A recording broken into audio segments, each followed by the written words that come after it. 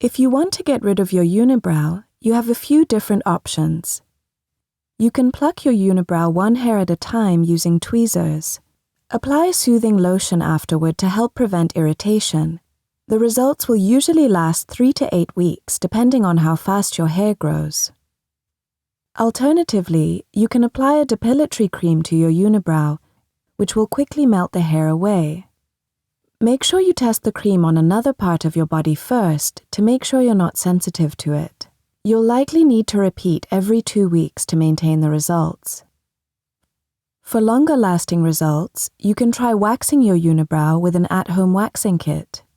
You just heat up the wax, apply it to your unibrow, cover it with a waxing strip, and pull the strip off to remove the hair.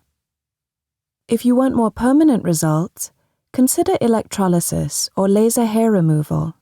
Electrolysis uses fine needles with electric currents to kill unwanted hair roots so they don't grow back, while laser hair removal uses laser light beams to stop future hair growth.